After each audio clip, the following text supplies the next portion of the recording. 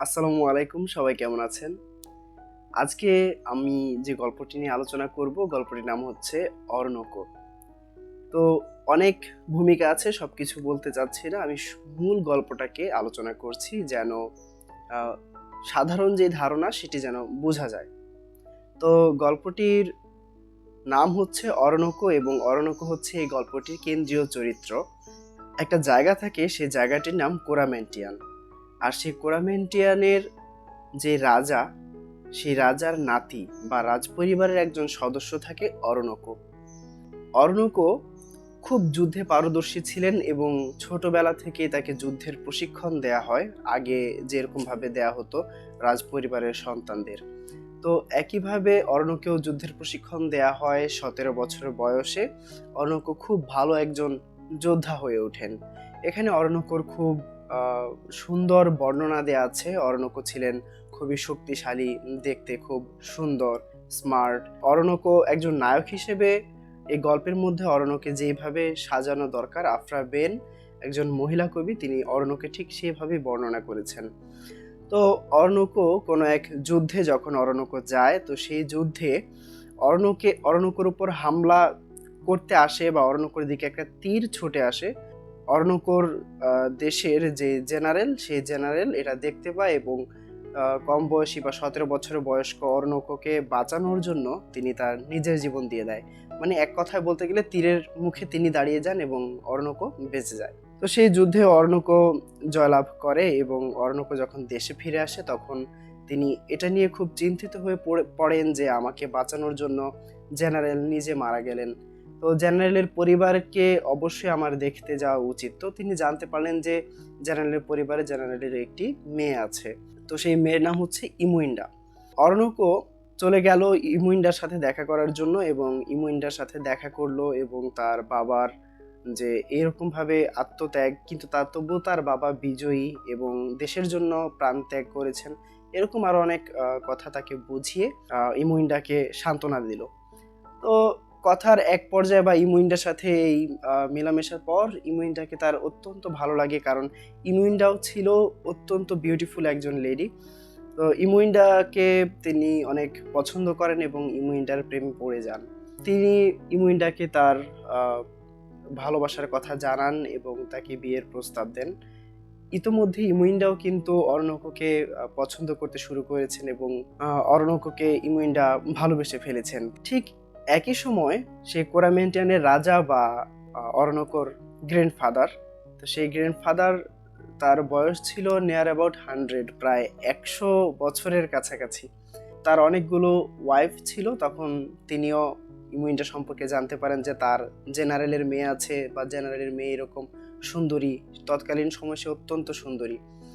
তো ইমুইন্ডার কথা জানতে পেরে তার খুব লোভ হয় যে ইমুইন্ডাও যদি আমার স্ত্রীদের মধ্যে একজন হয়, তাহলে ব্যাপারটা মন্দ হয় না।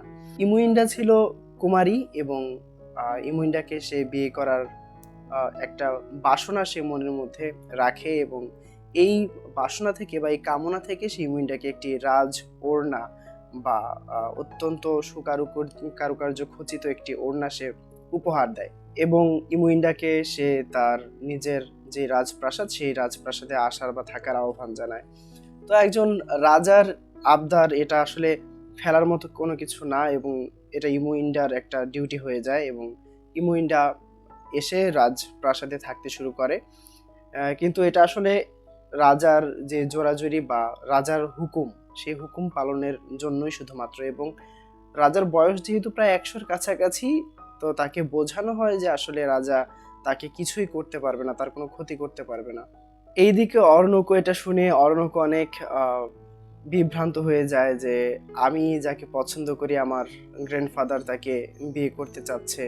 তার গ্র্যান্ডফাদার হচ্ছে তৎকালীন ওই সময়কার রাজা, তো রাজার বিরুদ্ধে কিছু বলবে এটাও তো প্রায় শোভা পাচ্ছে না। তো রাজার বউ থাকে অনাহল এবং সে অনাহল এবং অর্ণকর আরেকটি বন্ধু থাকে সেখানে। এদের মাধ্যমে অর্ণক নিয়মিত ইমুইন্ডার সাথে যোগাযোগ করে এবং ইমুইন্ডার সাথে তার ভাব বিনিময় করে এবং ইমুইন্ডাকে তার যা বলার তা বলে এবং ইমুইন্ডার থেকে খবরাখবর আদান প্রদান করে আর কি। তো তাদেরই সহায়তায় অর্ণক ইমুইন্ডার সাথে এক রাত কাটায়, সেখানে থাকে। ইতিমধ্যে তারা বিয়েও করে নেয়। কোনোভাবে রাজার এক প্রহরী সেটি দেখতে পায়। রাজাই তাকে নিয়োগ করেছিল ইমুইন্ডার দেখাশোনা করতে বা ইমুইন্ডাকে চোখে চোখে রাখতে। কোনো একভাবে সে টের পেয়ে যায় এবং ইমুইন্ডার যেই সতীত্ব সেটি নষ্ট হয়েছে। এখন আর রাজার ইমুইন্ডাকে চাই না, ইমুইন্ডাকে আর তার লাগবে না। এই কথা চিন্তা করে সেই ইমুইন্ডার উপর ভীষণ বিরক্ত হয় এবং ইমুইন্ডার উপর সে খুবই রাগান্বিত হয়। অরোনোকো তখন যুদ্ধগামী ছিল। অরোনোকো যুদ্ধে চলে যাবে, আর যুদ্ধে যাওয়ার পূর্ব মুহূর্তেই সে কিন্তু ইমুইন্ডার সাথে এক রাত কাটিয়েছিল তার নিজের স্ত্রীর সাথে। অরোনোকো তো চলে যায় যুদ্ধের কাজে এবং এইদিকে রাজা ইমুইন্ডাকে বিক্রি করে দেয় দাসী হিসেবে ইমুইন্ডাকে, এবং রাজার যে আরেকটা বউ ছিল যে অরোনোকোকে সাহায্য করেছিল ওনাহল, তাকেও বিক্রি করে দেওয়া হয়।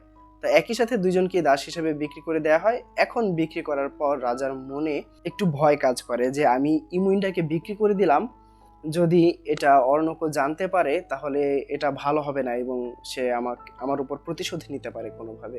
তো এই ভয় থেকে যখন অরোনোকো ফিরে আসে তখন সে অরোনোকোকে বলে যে দাসত্বের চেয়ে মৃত্যু ভালো। তাই ইমুইন্ডা একটি খারাপ কাজ করেছে, তাই ইমুইন্ডাকে আমি দাস না বানিয়ে আমি তাকে মৃত্যুদণ্ড দিয়েছি এবং তাকে হত্যা করা হয়েছে। তো এই কথা শুনে অরোনোকো প্রচন্ড রকম হতাশ হয়ে পড়ে, কিন্তু রাজার উপর যে কিছু কথা বলবে বা তারও তো গ্র্যান্ডফাদার, তার বা নানা বা দাদা, তো তার উপর যে কিছু একটা কথা বলবে সেটাও সম্ভব হয় না এবং সে প্রচন্ড হতাশ হয়ে পড়ে এবং সে নিজেকে যুদ্ধেই নিয়োজিত করতে চায়। এমন সময় সেখানে ব্রিটিশ একটি জাহাজ আসে।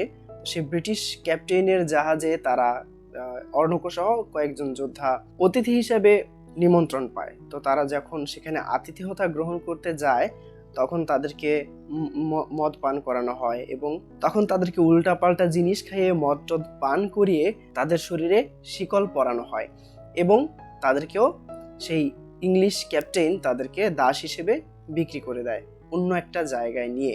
সেই জায়গার নাম হচ্ছে সুরিনাম এবং সুরিনামে নিয়ে অরোনোকোকে দাস হিসেবে বিক্রি করে দেয়। তো অপর দিকে কিন্তু রাজাও ইমুইন্ডাকে দাস হিসেবে বিক্রি করে দিয়েছিল এবং ভাগ্যক্রমে তারা দুজনই সুরিনামে গিয়ে পড়ে। অরোনোকোকে যিনি দাস হিসেবে কিনে নেয় তিনি ছিলেন দয়ালু এবং ভালো মানুষ। তো অরোনোকোকে তিনি ভাই হিসেবেই সম্বোধন করলেন এবং অরোনোকোর সাথে অনেক খোশ গল্প করলেন। তো গল্প করার এক পর্যায়ে তিনি বললেন যে আমি একটা সুন্দরী দাসী কিনেছি, সে অত্যন্ত সুন্দরী, এরকম, কিন্তু আমি তার কোনো ক্ষতি করিনি বা আমি তার সাথে কোনো খারাপ আচরণ করিনি। এরকম কথা বলতে বলতে অরোনোকোকে বললো তুমি কি সেই দাসীকে দেখবে বা সেই দাসীর সাথে তুমি থাকতে চাও, সেই দাসীকে তুমি পেতে চাও, এরকম একটা কথা বলে। তো অরোনোকো বললো যে আচ্ছা দেখি আপনার সেই দাসীকে।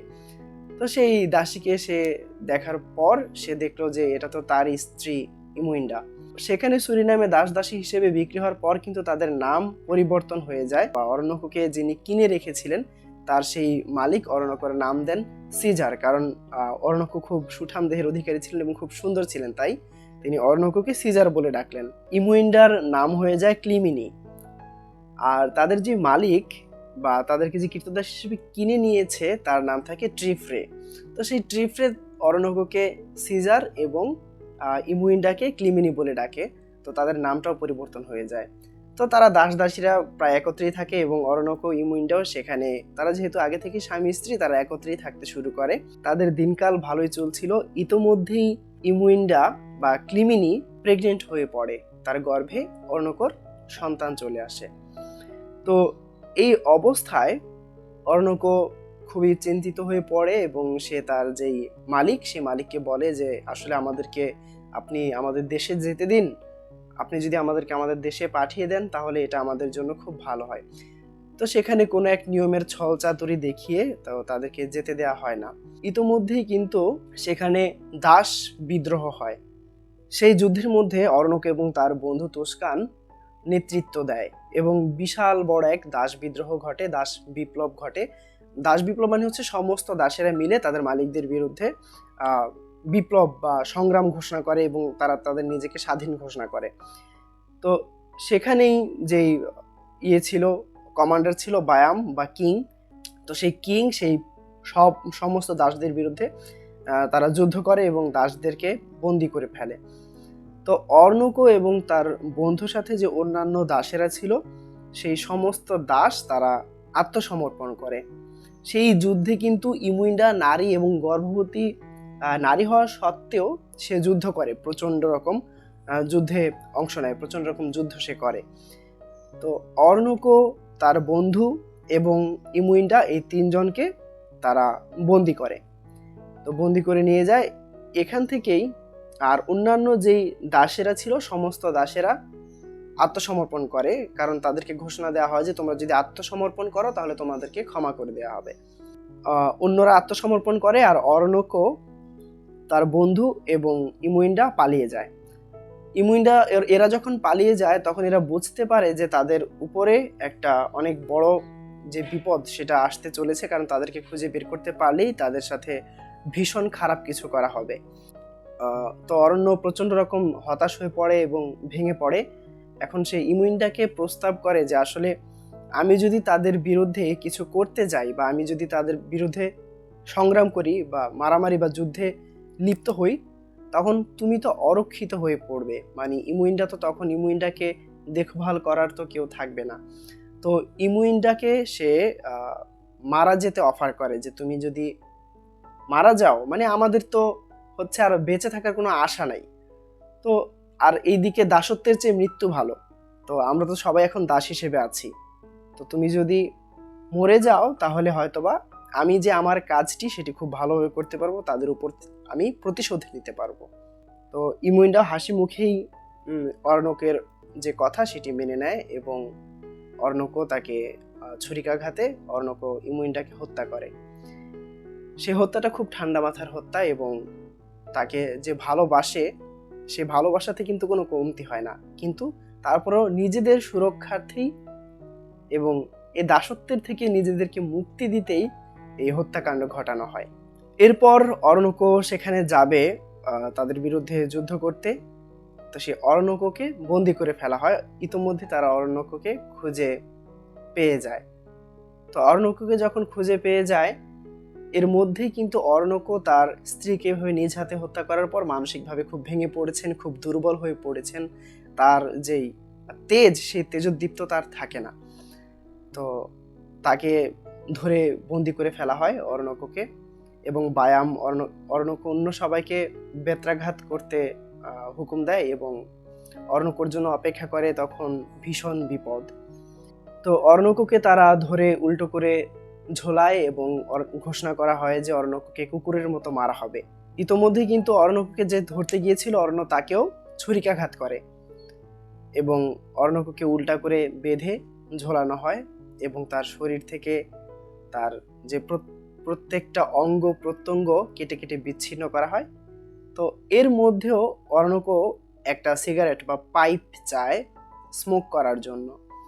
তো সেই অরণ্যকোকে একটা পাইপ দেওয়া হয়। অরণ্যকো পাইপ টানতে টানতে তার যেই মৃত্যু যন্ত্রণা, সেটা সে পাইপ টানতে টানতে টানতে সেই মৃত্যু যন্ত্রণা ভোগ করে, এবং তাকে যে এত কষ্ট দিয়ে মারা হচ্ছে, তার শরীর থেকে একটার পর একটা প্রথমে হাত পা এইভাবে 4টি অঙ্গ প্রত্যঙ্গ আগে ছিঁড়ে মানে খুলে ফেলা হয়, কেটে ফেলা হয়, এবং অবশেষে অরণ্যকোর মাথাটা দেহ থেকে আলাদা করা হয়, এবং অরণ্যকোকে খুব কষ্ট দিয়ে মারা হয়।